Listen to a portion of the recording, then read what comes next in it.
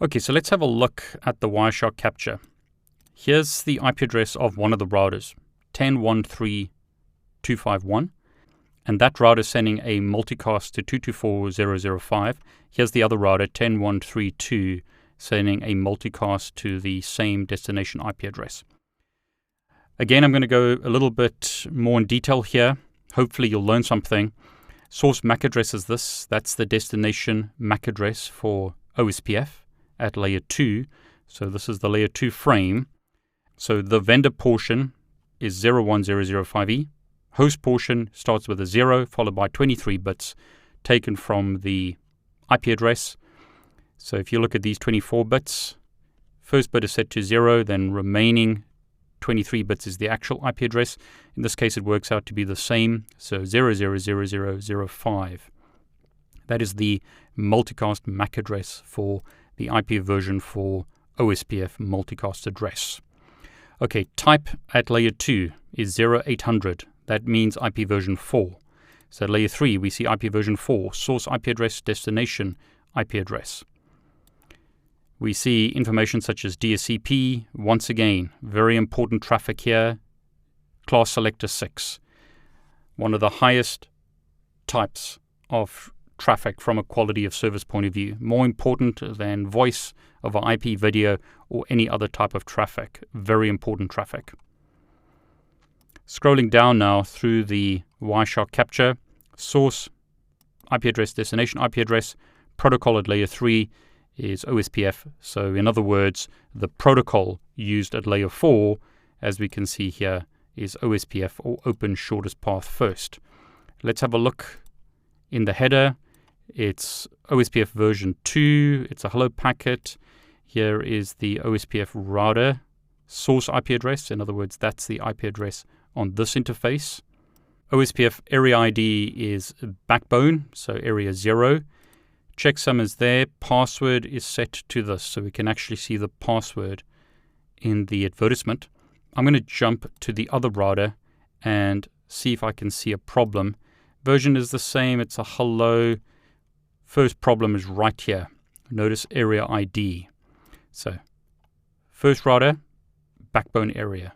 Second router, area ID is wrong. That is a problem. OSPF routers will not form neighbor relationships if the area IDs are incorrect. The area numbers have to be the same. Notice also here, passwords are different. So simple password authentication is used in both cases. So in case I'm going too quickly, notice this is router 1.251. Simple password authentication is used. That is the password. Here's router 2. Notice the IP address, 252. Simple password authentication is used, so that's good. But notice the password is wrong. This is uppercase OSPF, whereas the previous one is lowercase OSPF. Passwords need to match for authentication to succeed. So that is a problem. And we have another problem, backbone area versus area 1. As soon as we see that, there's a problem. So to prove this, what I'll do is fix the network. So here's router 1, here's router 2. Let's fix the network and get it working. So first thing, show IP route. Notice we don't see OSPF routes in the routing table. That tells us that there's a problem in the network. On this side, we're already seeing a whole bunch of error messages. Notice mismatched area, backbone area. So just by looking at the console of the router, we'll be able to see that there's a problem. Show IP route also shows us that there are no OSPF routes in the routing table, and we're getting this message constantly. So if we use the command show run pipe section OSPF, we'll be able to see the OSPF configuration. I'll copy that and paste that into router 1. So notice here, we've got OSPF, router OSPF 2, router OSPF 1. That's fine. They don't have to use the same process number. Both area 0 and area 1 in this example are using authentication. On this router on the right-hand side, all 10 networks are in area 1. Show IP interface brief shows us that the router is configured with interfaces in the 10 network. So if I run that command again, show run pipe section OSPF, which shows us the OSPF configuration on the router, both of these interfaces, gigabit 00 and gigabit 01, are going to be put into area 1, whereas on this side, all interfaces are put into area 0. Another way to do this is to type show IP OSPF interface, and I'll do a brief because otherwise it's too much information.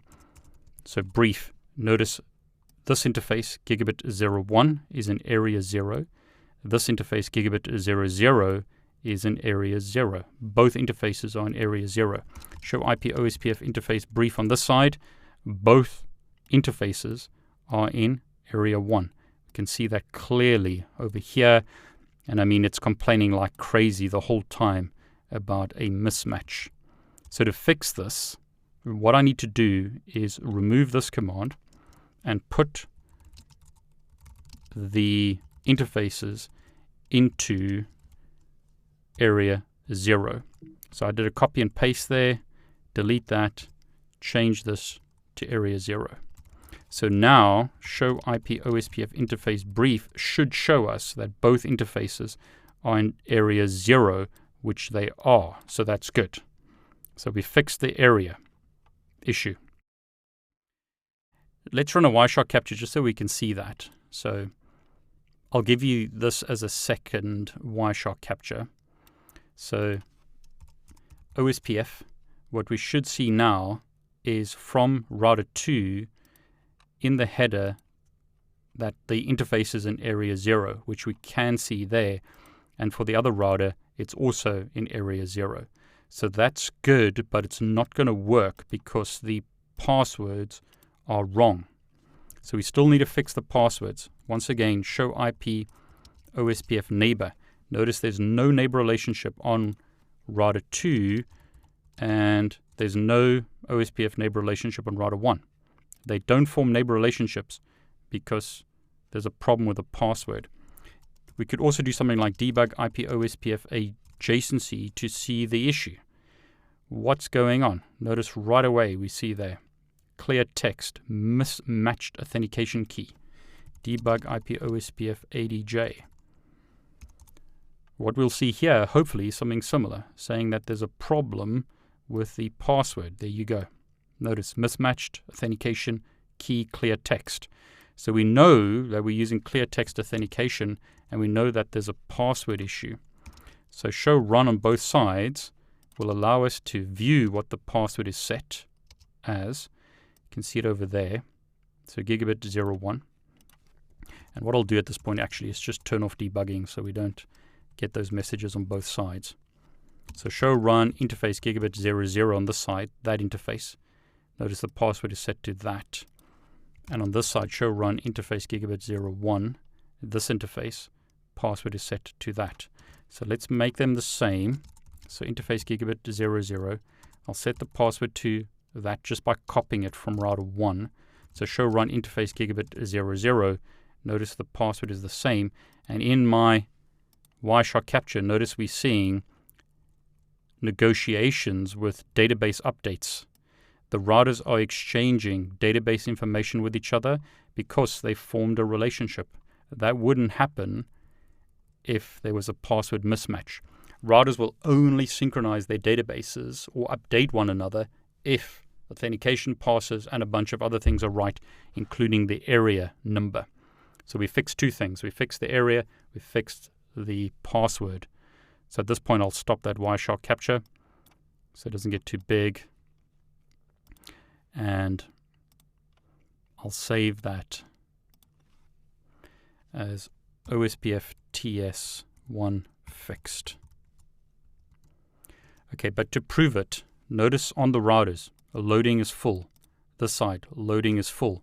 Show IP route, we see an OSPF network. On this side, show IP route, we see an OSPF network. On the PCs, can they ping each other? Notice VM2 can ping PC1. So just to make the point, ifconfig, this is the IP address of Windows 2. That's the PC over here.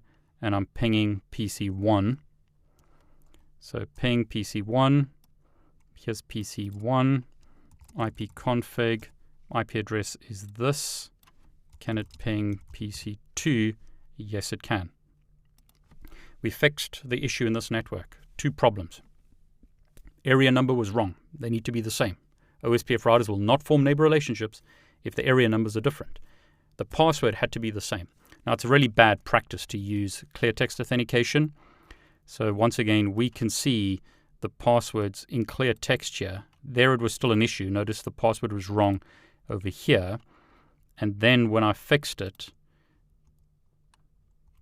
might have to go a bit further. So just before they started exchanging databases, the password should have been fixed.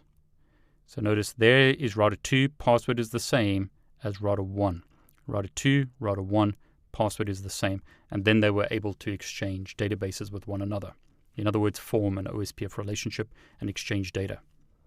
Be careful with passwords. Again, you don't want to use simple passwords like this. You want to use MD5 passwords.